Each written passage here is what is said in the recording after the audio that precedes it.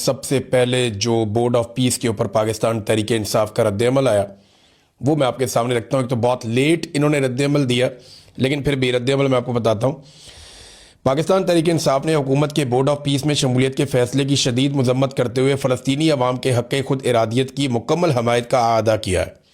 انہوں نے وعدے کیا کہ فلسطین سے متعلق کوئی بھی مسلط شدہ منصوبہ قوم ہرگز قبول نہیں کرے گی. اور یہ پاکستان تحریک انصاف کا جو انفارمیشن ڈپارٹمنٹ ہے انہوں نے یہ بیان جاری کیا اور انہوں نے کہا کہ حکومت نے قوم اور پارلیمان کو اعتماد میں لیے بغیر بورڈ آف پیس میں شمولیت اختیار کی ہے، جو نہ صرف غیر ذمہ دارانہ ہے بلکہ اس کے سنگین اور دور رس نتائج ہوں گے. اچھا، اب یہ کہہ رہے ہیں کہ اسرائیل جو ہے وہ توسیع کر رہا ہے، وہ زیادتی کر رہا ہے، ظلم کر رہا ہے، جبکہ حکومت اس کا تذکرہ بھی نہیں کرتی، اس کے اوپر حکومت خاموش ہے اور ایک بڑی کمزور پالیسی ہے پاکستان کی. پھر پارلیمنٹ کے اندر ڈسکس بھی نہیں کیا انہوں نے، اور فلسطینیوں کی شمولیت کے بغیر آپ کیسے اسرائیل کے ساتھ بیٹھ سکتے ہیں، یہ سوال بھی اٹھایا گیا. تو پاکستان تحریک انصاف کم سے کم اس معاملے پہ ابھی فی الحال کھڑی ہوئی ہے. عمران خان کو لے کر ایک عرب صحافی نے ایک ٹویٹ کیا. یہ جو عرب صحافی ہیں جن کا نام ہے علی ابو نیما، انہوں نے جو ٹویٹ کیا، یہ ایک اور جرنلسٹ ہیں جن کے ٹویٹ کے اوپر انہوں نے ٹویٹ کیا، اور یہ جرنلسٹ ٹویٹ کرتے ہیں کہ ٹرمپ نے ایک ملک کے صدر کو اغوا کر لیا اور کیوبا کے لوگوں کو ابھی وہ بھوک سے پریشان کر رہا ہے، اور ایران کے اوپر وہ ایک جنگ مسلط کرنے والا ہے، اور اس کے باوجود we have a Muslim leader just like Shahbaz Sharif who calls him truly a man of peace. اور ہمارے پاس ایک مسلمان لیڈر ہے شہباز شریف جو اسے اس کے باوجود مین آف پیس یعنی امن کا پیغمبر اس کو کہتا ہے. اب آپ یہ دیکھیں کہ یہ جو ایک عرب صحافی ہیں وہ اس کے اوپر کیا لکھتے ہیں. وہ یہ لکھتے ہیں، اور یہ بڑے مقبول جرنلسٹ ہیں، یہ کہتے ہیں جی this is why Imran Khan is being slowly murdered in prison. یہی وجہ ہے کہ عمران خان صاحب کو قید میں آہستہ آہستہ قتل کیا جا رہا ہے، اور تاکہ یہ جو پپٹس ہیں یا کٹ پتلیاں ہیں اس قسم کی، شہباز شریف کی قسم کی، کین کس دا بوٹس آف ڈونلڈ ٹرمپ، کہ یہ جو ڈونلڈ ٹرمپ کے جو جوتے ہیں ان کو چومتے رہیں یا ان کے جوتے چمکاتے رہیں، جوتے چومتے رہیں. شو شائن بوائے ان کا نام انٹرنیشنلی شہباز شریف کا پکارا گیا. اس کے بعد کہتے ہیں کہ یہ پاکستان کے لیے ایک شرمناک بات ہے. یہ جناب پاکستان کی صورتحال ہے. اب عمران خان کے اوپر دا ڈپلومیٹ نے ایک میگزین، یہ ہے ڈپلومیٹ، اس نے ایک آرٹیکل لکھا ہے. یہ آرٹیکل میں آپ کے سامنے ضرور رکھنا چاہتا ہوں کیونکہ اس سے آپ کو پتہ چلے گا کہ actually international media Imran Khan کے بارے میں کیا کہہ رہا ہے اور معاملہ کس طرف جا رہا ہے. سب سے پہلے یہ 4-5 نقطے ہیں اس آرٹیکل کے اندر عمران خان صاحب کے حوالے سے جو مضمون لکھا گیا، اور یہ امریکی اشاعتی ادارہ ہے، وہاں بہت مقبول ہے دا ڈپلومیٹ، اور اس نے عمران خان کے متعلق جو اس کا عنوان ہے نا مضمون کا، وہ بڑا امپورٹنٹ ہے. انہوں نے کہا جی ڈیڈ اور لائیو، کہ زندہ رہے یا نہ رہے. Imran Khan puts Pakistan general Munir in a catch 22 situation, کہ عمران خان کے ساتھ کچھ بھی ہو، وہ زندہ رہے یا نہ رہے، لیکن انہوں نے پاکستان کے جنرل عاصم منیر کو ایک کیچ 22 سچویشن میں پھنسا دیا ہے. یہ کیچ 22 کیا ہے؟ یہ جناب ایک جوزف ہیلر ایک رائٹر تھے، انہوں نے ایک ناول لکھا تھا کیچ 22 کے نام سے 1961 میں. جنگ عظیم کے کچھ واقعات کا اس میں تذکرہ تھا. تو کیچ 22 ایک سچویشن کا نام ہے جس میں سے نکلنا ناممکن ہو جاتا ہے، یعنی آپ کہیں بھی نہیں جا سکتے. یعنی آپ کہتے ہیں کہ آگے گڑا پیچھے کھائی، اس طرح بھی لوگ مثالیں دیتے ہیں. کئی لوگ کہتے ہیں کہ چاروں طرف سے شامت آ گئی ہے. تو وہ یہ سچویشن ہے جس میں عمران خان صاحب نے عاصم منیر کو پھنسا دیا ہے. اب یہ آرٹیکل کیا کہتا ہے ذرا یہ دیکھیں، یہ بہت امپورٹنٹ ہے. انہوں نے کہا جی عمران خان زندہ رہے یا نہ رہے، جنرل عاصم منیر کو کیچ 22 انتہائی مشکل صورتحال میں جس میں سے نکلنا ناممکن ہے اس میں پھنسا دیا ہے. پاکستان کی سیاست اس وقت ایسی جگہ پہ کھڑی ہے جہاں ملک کی طاقتور فوجی قیادت، خاص طور پہ آرمی چیف عاصم منیر کو اپنی تاریخ کے سب سے بڑے سیاسی چیلنج کا سامنا ہے. جیل میں قید سابق وزیر اعظم عمران خان نے اپنی سیاسی بقا اور عوامی مقبولیت کے ذریعے پاکستانی ملٹری اسٹیبلشمنٹ کو ایک ایسی بند گلی میں دھکیل دیا ہے جہاں سے واپسی کا راستہ نظر ہی نہیں آتا.